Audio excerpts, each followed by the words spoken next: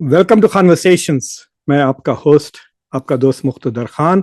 और आज मैं आपसे जो प्राइम मिनिस्टर मोदी जो जापान की यात्रा पे निकले हैं, एक्चुअली वो जा तो रहे हैं शंघाई कोऑपरेशन ऑर्गेनाइजेशन का जो हेड्स ऑफ गवर्नमेंट का जो समिट है चाइना में, वहाँ पर। और वहाँ पे वो शी जिनपिंग से मुलाकात करेंगे संडे को। लेकिन उससे पहले वो 2 दिन की यात्रा कर रहे हैं जापान को, इस मकसद से कि इंडिया और जापान की जो स्ट्रेटेजिक पार्टनरशिप है उसको और मज़ीद मजबूत करने के लिए।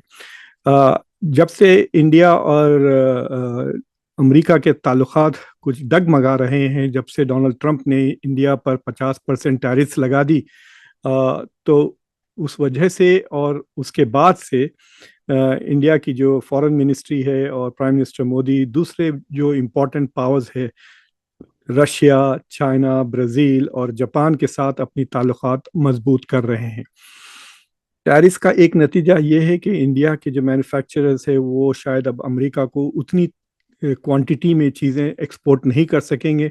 तो इंडिया के लिए ये ज़रूरी है कि दूसरे मार्केट्स ढूंढें और जापान एक अल्टरनेट मार्केट बन सकता है। तो वहाँ पे उनकी मुलाकात शिगेरो इशिबा से होगी, जो जापान के प्राइम मिनिस्टर हैं। और कई मुद्दे वहाँ पे डिस्कस किए जाएंगे।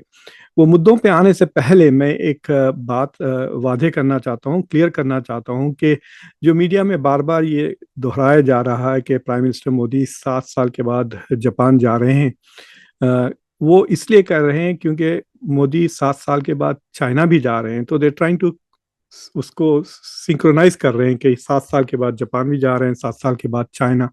हालांकि फैक्चुअली वो बात गलत है।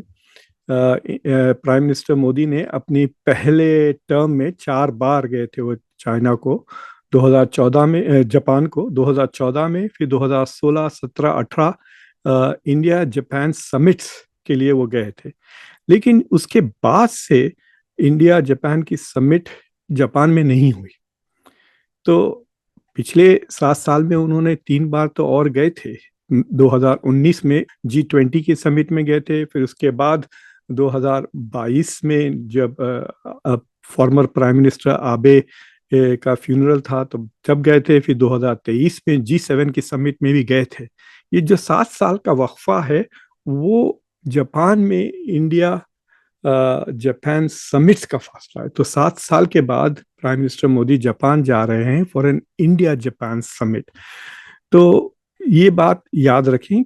इसका मतलब ये है कि इंडिया जापान ने कोई समिट ही नहीं किया पिछले 7 साल में।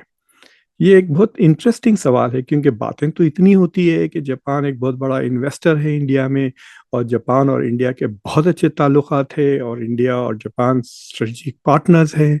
एशिया के 2 बड़े इकोनॉमीज हैं और एशिया के 2 बड़े डेमोक्रेसीज हैं। लेकिन 7 साल से प्राइम मिनिस्टर मोदी तो हर जगह जाते हैं, मुसलसिल जाते हैं, मालदीव चले जाते हैं, PNG चले जाते हैं, गाना चले जाते हैं, ट्रिनिडेड भी जाते हैं। लेकिन जापान इतनी इंपॉर्टेंट कंट्री क्यों नहीं गए? वो इसलिए कि जापान के साथ जो प्राइम मिनिस्टर्स की मुलाकातें वो क्वाड के थ्रू होती थी।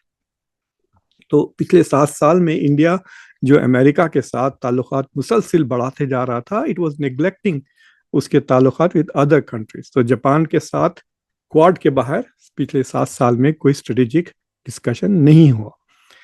तो अब यहाँ पे जो डिस्कशन होने वाले हैं वो काफ़ी इम्पोर्टेंट है। एक तो ये कि वो दोबारा अपनी जो इंडिया जापान की जो ताल्लुकात है उसे मजबूत करना चाह रहे हैं। यानी प्राइम मिनिस्टर मोदी को अब ऐसा लग रहा है कि इंडिया को ज़रूरत है कि जापान के साथ अपने ताल्लुकात मजबूत करें।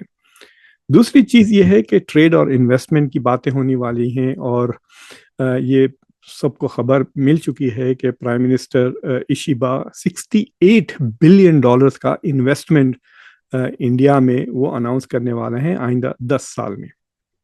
यानी मैं आपको उसके बारे में अभी थोड़ी देर में पूरी तफसीलन इन्वेस्टमेंट्स के बारे में बताऊंगा। It will be nearly doubling, जो पहले अभी तक जापान करता आया है उससे ज़्यादा डबल। जो तीसरी चीज़ ये है कि एक बुलेट ट्रेन का प्रोजेक्ट है, मुंबई से अहमदाबाद की जो बुलेट ट्रेन जाती है उसके बारे में अनाउंसमेंट्स होंगे, और 2030 तक ये ट्रेन आ जाएगी। तो उसके डिस्कशंस और प्रोजेक्ट के फाइनलाइजेशन इस ट्रिप में हो जाएगा। और एक जियोपॉलिटिकली महत्वपूर्ण चीज़ जो होने वाली है कि क्वाड का डिस्कशंस होगा, और दोनों मुल्क जो क्वाड का आधा हिस्सा है वो एक स्टेटमेंट इशू करेंगे क्वाड को लेकर। देखिए, अभी तक तो जब से इंडिया और अमेरिका के ताल्लुकात खराब है, बार बार एनालिस्ट यही कह रहे हैं कि क्वाड मर गया क्या। मैंने भी खुद अपने शोज पे कई बार ये सवाल उठाया कि क्वाड का क्या मुस्तकबिल है, what is the future of Quad. और ये फ्यूचर ऑफ क्वाड जापान और इंडिया मिलकर नहीं तय करेंगे, I am sorry to say that. ये तय करेंगे डोनाल्ड ट्रंप। और ये तय ऐसी सूरत में होगा कि इस साल India is going to host जो क्वाड की समिट है लीडर्स की, जो इंडिया में होने वाली है, जिसको पिछले 3-4 महीने पहले डोनाल्ड ट्रंप ने कंफर्म कर दिया था कि वो आएंगे इस समिट के लिए। लेकिन अब सवाल उठता है कि ताल्लुकात इंडिया के साथ खराब होने की वजह से क्या डोनाल्ड ट्रंप इंडिया आते हैं क्वाड के लिए। अगर वो क्वाड समिट के लिए इंडिया नहीं आते हैं तो देन क्वाड बहुत कमजोर हो जाएगा, इसमें यकीनन। और अगर वो आ जाते हैं तो ना सिर्फ क्वाड मजबूत हो जाएगा बल्कि शायद इंडिया और अमेरिका के ताल्लुकात बेहतर होना शुरू हो जाएंगे। So that is the trick. मतलब क्वाड के फ्यूचर जापान के तौर पे इंडिया और जापान नहीं तय तय करेंगे, डोनाल्ड ट्रंप तय करेंगे। लेकिन एक और मसला ये क्वाड का डिस्कशन को लेके हो सकता है। देखिए, नरेंद्र मोदी चीन जा रहे हैं चाइना के साथ ताल्लुकात बेहतर करने के लिए।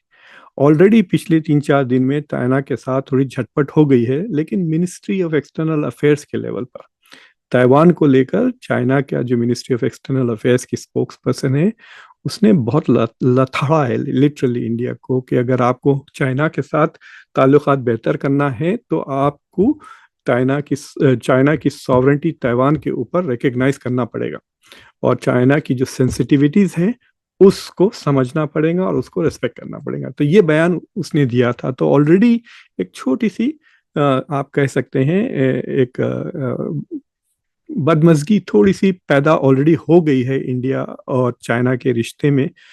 लेकिन होपफुली कि शी जिनपिंग से जब मुलाकात होगी तो क्लैरिफिकेशन हो जाएगा। तो ये तो जियोपॉलिटिक्स की बात है, लेकिन हम ट्रेड और इन्वेस्टमेंट की तरफ चलते हैं क्योंकि इट इज़ वेरी इंपॉर्टेंट। तो मैं आपको बताना चाह रहा हूँ कि पिछले जो अगर आप 25 साल का इंडिया की तारीख देखते हैं फॉरेन डायरेक्ट इन्वेस्टमेंट्स का, तो ये मुल्क हैं जो सबसे ज़्यादा इंडिया में इन्वेस्ट करते हैं। तो सबसे ज़्यादा इन्वेस्टमेंट्स सिंगापुर और मॉरिशस से आते हैं। मॉरिशस से तकरीबन 25-30% इंडिया का टोटल $1 ट्रिलियन का जो फॉरेन डायरेक्ट इन्वेस्टमेंट आया है वो उसका 25-30% तो सिर्फ मॉरिशस से आया है। तो अगर आप लिस्ट देखते हैं तो Mauritius, Singapore, USA, Netherlands, Japan, UK, UAE, केमन आइलैंड्स, जर्मनी, साइप्रस, तो ये मुल्कों से आता है। लेकिन जापान 5th बिगेस्ट इन्वेस्टर है और अभी तक पिछले 25 साल में इंडिया में तकरीबन $43 बिलियन इन्वेस्ट कर चुका है। So that is a good investor. लेकिन ये जो मुल्क हैं मॉरिशस, सिंगापुर, नेदरलैंड्स, केमन आइलैंड्स और साइप्रस, यानी ये 5 मुल्क फ्रॉडियलेंट है। यानी यहाँ से जो इन्वेस्टमेंट्स आते हैं वो फॉरेन इन्वेस्टमेंट्स नहीं है, उसको राउंड ट्रिपिंग कहते हैं। यानी भारत के ही इन्वेस्टर्स अपना पैसा बाहर ले जाकर उसको वापस दोबारा इंडिया में लाते हैं टैक्स को अवॉइड करने के लिए। तो आधे इन्वेस्टर्स और जो टॉप के 2 इन्वेस्टर्स हैं इंडिया के वो सारे राउंड ट्रिपिंग हैं। तो असल में अगर देखा जाएगा तो इंडिया में सबसे बड़ा इन्वेस्टर पिछले 25 साल में अमेरिका है $67 बिलियन और नंबर 2 पर जापान है at $43 billion. So this is an important point आपको याद रखें, इसलिए जापान की इतनी अहमियत है फॉर इट्स इन्वेस्टमेंट्स। लेकिन उसके बावजूद अगर आप पिछले 5 साल में देखते हैं तो जो सबसे ज्यादा इन्वेस्टमेंट जापान ने किया है वो 2023-24 के फाइनेंशियल ईयर में, और वो सिर्फ $3 बिलियन का इन्वेस्टमेंट था। यानी जापान इज एवरेजिंग $2 बिलियन के करीब पिछले 5 साल में। और आप ये चार्ट देखें, आप देख सकते हैं यहाँ पे जापान के इन्वेस्टमेंट्स इन इंडिया, जो ब्लू कलर में है वो जापान जो इंडिया में इन्वेस्ट कर रहा है पिछले 2018 से, और जो पीले रंग का है वो इंडिया के इन्वेस्टमेंट्स है। तो 2023 सबसे महत्वपूर्ण साल था जिसमें सिर्फ $3.1 बिलियन जापान ने इन्वेस्ट किए। तो बाकी सब दो, सवा दो, $2.5, एक बार तो उससे भी कम, $2 बिलियन से भी कम 2020 में कोविड की वजह से शायद। लेकिन अगर आप इंडिया की इन्वेस्टमेंट्स जापान में देखें तो इट इज नथिंग। एक बार भी इंडिया ने $500 million, एक साल भी इंडिया ने $500 million नहीं इन्वेस्ट किया जापान में। हालांकि जापान में कई इंडियन प्राइवेट कंपनीज काम करते हैं, लेकिन इंडिया की तरफ से कोई इन्वेस्टमेंट नहीं जा रहा है। तो आप कह सकते हैं कि भाई India is a fast growing economy, India की इकोनॉमी 6, 6.25%, 6.5% से ग्रो हो रही है, जापान की मुश्किल से 1% या उससे भी कम। तो Japan is not a good economy to invest. लेकिन as a country to country, जब जापान ये अगर ये चार्ट जापानीज प्राइम मिनिस्टर देखते हैं तो उनको ऐसा नहीं लगेगा कि हम ही वहां पे इन्वेस्ट कर रहे हैं और वो हमारे पास इन्वेस्ट नहीं कर रहे हैं हमारी इकोनॉमी। खास तौर से इस साल बहुत इंपॉर्टेंट साल है, क्योंकि इस साल इंडिया और जापान अपनी पोजीशंस स्विच कर रहे हैं, अदला बदला कर रहे हैं। यानी फिल वक्त जापान दुनिया की चौथी बड़ी इकोनॉमी है, इंडिया पांचवी, और इस साल के अंत तक, दिसंबर तक, इंडिया चौथी हो जाएगी और जापान पांचवी रह जाएगी। सो जापान के लिए this should be a kind of an shock कि मैं देखिए मुसलसिल मैं गिरते जा रहा हूँ। नंबर 3 था 2 साल पहले, उसके बाद जर्मनी आगे हो गया, अब इंडिया आगे हो रहा है। तो शायद ये डेटा खटक सकता है जापान के लिए कि हम अब इतना कमिट कर रहे हैं $68 बिलियन इंडिया में, और इंडिया के प्राइम मिनिस्टर यहाँ आ रहे हैं और वो एक पैसा भी कमिट नहीं कर रहे हैं इंडिया में इन्वेस्ट करने के लिए। तो दूसरी चीज मैं आपको बताना चाहता हूँ इंडिया और जापान को लेकर, वो ट्रेड है इंडिया और जापान का, और ये इम्पोर्टेंट है। आप जरा इसको जरा गौर से देखें, बिकॉज इस पे मैं देख रहा था कि दूसरे चैनल्स वगैरह जो इंडिया में है उस पर ज्यादा फिक्र नहीं कर रहे। इंडिया और जापान का जो ट्रेड है, इट इज वेरी इंटरेस्टिंग। तो अगर आप ये टेबल देख रहे हैं, इंडिया जो जापान से इंपोर्ट कर रहा है 2020 से लेकर, मैं पिछले 5 साल का डेटा दे रहा हूं आपको। 2020 में इंडिया $10 बिलियन के इंपोर्ट्स थे जापान से। अब तकरीबन $16 बिलियन हो गया है, यानी मुसलसिल 600 पर 60% ग्रोथ हो गया है पिछले 5 साल में। लेकिन अगर आप इंडिया के एक्सपोर्ट्स देखते हैं तो 2021-20 में 4, 4.5 बिलियन डॉलर था, उसके बाद 6 हुआ, और उसके बाद से 2021 से इंडिया का जो एक्सपोर्ट है जापान को वो मुसलसिल कम होते जा रहा है। 6.18 से 5.46, 5.46 से 5.15, उसके बाद 5.1। यानी इंडिया के एक्सपोर्ट्स कम होते जा रहे हैं, इंडिया के इंपोर्ट्स बढ़ते जा रहे हैं, ट्रेड डेफिसिट बढ़ता ही जा रहा है। अब टोटल ट्रेड जो है सो $21 ट्रिलियन का है, लेकिन उसमें सिर्फ 1/4 एक्सपोर्ट्स है और 3/4 इंपोर्ट्स हैं। तो एक तरह से जापान के लिए India is a very lucrative market, यानी उनके लिए बहुत प्रॉफिट हो रहा है। तो इस वजह से भी मुझे लगता है जापान इंडिया के मार्केट में इन्वेस्ट कर रहा है, क्योंकि वो इंडिया में प्रॉफिट्स बना रहा है। तो इससे आप इम्पोर्टेंस लगा सकते हैं कि जापान और इंडिया की जो बातें हैं कि it is a strategic partner, it really is not. Investor जरूर है, जैसा मैंने कहा कि वो राउंड ट्रिपिंग को अगर आप बाहर रखें तो it is the second biggest investor in India. पिछले 5 साल में 25 साल में उसने $43 बिलियन इन्वेस्ट किए। अगर वो $68 बिलियन वाकई में इन्वेस्ट करते हैं तो इट विल बिकम डबल, यानी जो सबसे बेहतर साल था 2023 का जिसमें $3 बिलियन आए थे, उससे डबल 6.8 हर साल वो इन्वेस्ट करते रहेंगे इंडिया में, जो जिससे इंडिया में जॉब्स क्रिएट होंगे, फैक्ट्रीज क्रिएट होंगे, यकीनन इंडिया के लिए वो बेहतर होगा। लेकिन ये पार्टनरशिप उतनी इम्पोर्टेंट नहीं है जितना हम समझते हैं। मिसाल के तौर पे अगर आप इंडिया और चाइना का ट्रेड देखते हैं तो वो तकरीबन हांगकांग को मिला लें तो 160 बिलियन के करीब है। यानी इंडिया और चाइना का जो टोटल ट्रेड है वो इंडिया जापान के ट्रेड से 8 गुना ज्यादा। और अगर आप इंडिया और अमेरिका का ट्रेड ले लें तो वो 130 बिलियन है, और वो इंडिया और जापान से 6 साढ़े 6 गुना ज्यादा है। तो जो ट्रेड इंडिया चाइना और अमेरिका के साथ करता है वो that is huge compare to Japan. तो इट टेल्स यू के it is not such an strategically important economic partner अभी तक, हालांकि India can invest in it क्योंकि it is one of the top 5 economies. मैं आपको दोबारा उस फॉरेन डायरेक्ट इन्वेस्टमेंट की जो लिस्ट है उस पर दोबारा आपको नज़र दौड़ाना चाहता हूं मैं। अगर आप देखें ये जो टॉप 10 इन्वेस्टर्स हैं, ये पिछले 25 साल के इन्वेस्टर्स हैं, जो 10वें स्पॉट पे है वो साइप्रस है, जिसमें जहां से $14 बिलियन, वो भी इंडिया से ही पैसे साइप्रस जाके वापस आ रहे हैं।